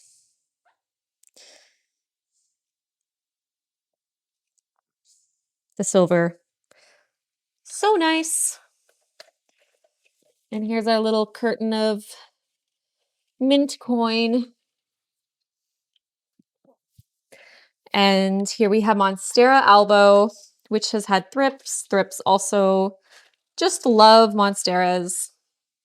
I've also, I think, cut it a few times at the base just to try and get some multiple growth points going and encourage some new variegation. It's a new leaf, which is not very variegated. I feel like by now I should really have like a huge Monstera albo, and I'm very tempted to just like buy one now that you can get like a mature one pretty cheap. But they're also not that hard to size up, so, you know, I'm kind of torn about it. Anyways, hopefully this one is over its thrips hurdles. Down here, I think this guy needs a drink, but this is Philodendron polypoides or polypoidioides. I actually love this guy a lot more than I thought I would. The delicate foliage is really cool, and he's super easy. So I kind of love that. Behind him, we have Monstera adansonii yellow variegated. Has not been doing very well. I think I knocked most of the substrate out, and then a lot of the roots died. But he's still alive, so that's something. This is Canengiana intervariegated. Always kind of a struggler, this one. But I can't seem to have the heart to get rid of it. This is Pachiclata intervariegated. Not much to say about that one other than it's doing really well. This is my Latifolia Snow Queen. Now, I got these two amazingly silver leaves on it, and I've been trying to encourage that growth point to grow more leaves. It seems like we're getting a new one. It's just too early to tell if it will be silver, so that's kind of exciting. This is Stephanostis floribunda, outer variegated, also known as Madagascar jasmine. It's a bit dehydrated. It really needs a drink. You would think it's a Hoya. It has absolutely gorgeous variegation. And honestly, my favorite part are these like purple veins down the middle. Like, I was not expecting that, but it's absolutely gorgeous. And it's a very vigorous grower. I need to like start propagating her soon, but she is trying to climb all the way up here. You know what? I actually love that. Back here is Alocasia aslanii. one that I've killed and rehabbed many times with amazing sparkly pink veins. Hopefully she does okay because I just repotted her. This little guy is a Sinusata albo. So I have the regular Sinusata over here, and I actually liked it so much that I decided to get the variegated version. Ooh, he's really thirsty. But I love how dark and rubbery the leaves are. So yeah, I decided I needed the variegated one too. I know the pot is too big for him, but he's an alocasia, so he will grow into it. I do not doubt that. Next, we have Mycorrhiza black stem variegated. I don't know why I didn't get one of these earlier. I have always loved this plant. I always have loved Mycorrhiza variegated. And this one is just so good. And the stems are like purple. Even the veins are like purple. And I don't know why I didn't realize that. Like nobody told me that. I guess I've just been waiting for them to get cheap. But they've kind of just always been the price that they are, you know?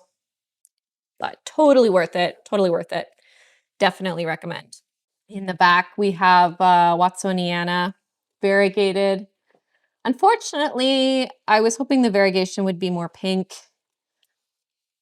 That leaf is kind of pink, but it's not. I'm going to keep my eye out for the version that's more matte, not the glossy version that this is. This one was kind of disappointing, to be honest. I think that was a Suriname purple or something, but I don't know why it just went back to a quorum. Anyways, here we have Alocasia Mellow. Absolutely love the texture on this. This will always be one of my favorite Alocasias for sure. And here is Alocasia Frydek, which has absolutely lovely variegation and was another plant that I traded with Steph for. Love that. That'll always be one of my favorite plants. And you may have noticed that I've grouped all my Alocasia together, more or less. That's, again, just me trying to keep plants with similar care together because I know that all the Alocasias are going to be thirstier and they're going to have a more dramatic reaction if I don't water them. These plants in this little house thingy are also like that. That guy in the back might be dead. I was trying to grow some Nastrutrium back there, and it was growing really well. It was making a mess. It was growing so well. So I cut it back, but it didn't like that. So I think it's a goner. Now this one I love. This is spiral ginger, variegated spiral ginger.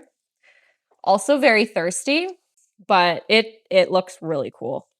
Like the variegation and the fact that it like spirals. Absolutely love it. See? That is just so cool. So cool. This highly variegated strand isn't doing as well. They do tend to lose the bottom leaves over time, and that's just kind of the way that they grow. In the back, those are some pepper plants. These guys need water like all the time. So I haven't done too well with those, and I was specifically growing these to try and raise like pirate bugs for thrips control. They use pepper plants as banker plants for them. You need the banker plants to actually like flower. And I think indoors with my limited light, I don't think that is going to happen. So just a very quick look at the stuff on the bottom. In these little cups, I have some terrarium plants that I've been propagating. Nothing like super interesting there. These are copies of a lot of my terrarium plants. So another Biophytum sensitivum. This is begonia. species Lita, which is really gorgeously dark, actually. Looks really good in here. Oxalis Plum Crazy that I'm rehabbing. Begonia. Forget the name of this one. Forget the name of that one. Little peperomia. That's kind of rehabbing. Little begonia that's growing in there. We'll have to look up the name of that guy too. Yeah, just kind of a space for some of my terrarium plants to live and grow out in case I need backups. Most of those I have growing in my frog vivarium as well. Next bin, this is usually where I throw stuff if I don't know if it's going to make it or not. This is all Selaginella willandowii variegated. And it has kind of taken over in here, but it's such a pretty plant, you know? It's hard to be mad. This is another biophytum species that I thought I killed, so it's cool to see it coming back. I think that's about all the interesting stuff I have in here right now. We'll see. What I like about this this bin is that I just throw stuff in there and then I kind of forget about it, and then sometimes new stuff just kind of pops back. And sometimes it doesn't, but I'm not too sad about it by that point. Oh yeah, this bin has some propagations. This is a little variegated Chinese elm that, I don't know, just like spontaneously died all of a sudden. It just went crispy. So I don't think I'm allowed to get any more of those, even though I did love that plant. It didn't last very long. That's some better specimens of the squamacole pink. That one has a bit nicer red on the back. These are those Anthurium berries that you saw earlier. That's another hybrid that I started earlier. Some Adansonii propagations. Now, last bin, I don't even know if I want to show you this one. Everything in here I don't think is doing too well. Just kind of random, more random terrarium plants. Now, this used to be my Dischidia mount that I had hanging on my board where all my Platycerium are now. Unfortunately, everything on there just kind of started going south. And I don't really know why. I think the Dischidia pectinoides is the only thing that's kind of recovering, which is kind of a shame because I really liked the way that mount looked, but I guess it kind of just ran its course. And I'm more into the staghorn ferns now, so I'm not really sure how much of that I actually want to replace. Okay, the last little corner here. This is Aglaonema pictum tricolor, and look how good she looks. Let me get a full shot from the top. I used to have her in my greenhouse cabinet, and actually moving here to this spot on the floor by the window where she actually gets less light, she started looking way better, which normally doesn't happen. But for some reason, this plant just has been thriving, and it's gotten so many different sprouts now. You can see that's what the old leaves look like. And then the new leaves are so much bigger and darker. And you also get better definition of this like tricolor effect, which I'm so excited about because I've always loved Aglaonema pictum tricolor. But I never felt like my plant was really like what I wanted it to be, like the pictures that you see online. But it turns out it was user error. I just needed to grow it the way that it wanted to be grown. Now it's like way, way happier. looking so good. Next, this giant is my Alocasia melanochrysum. I think I need to get like stick it to the wall like this with the command hooks or something. I think that would help because it's kind of leaning precariously forward. It has had thrips. It's gone through some major propagations, which is why these leaves are not as big as they used to be. But you know what? They're still massive, so I don't think I can really complain about that.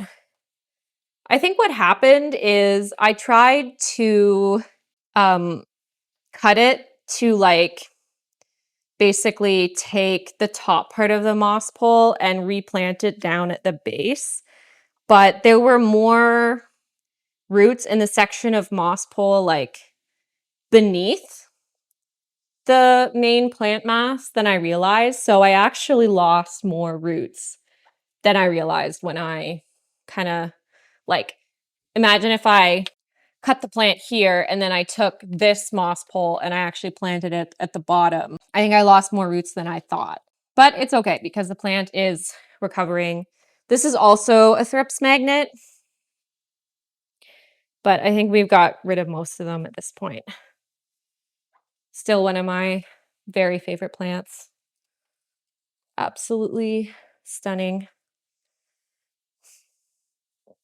In the very back here, we have Epipremnum pinnatum albo. Just kind of living, surviving. But you know what? It does pretty good considering I neglect it pretty hard.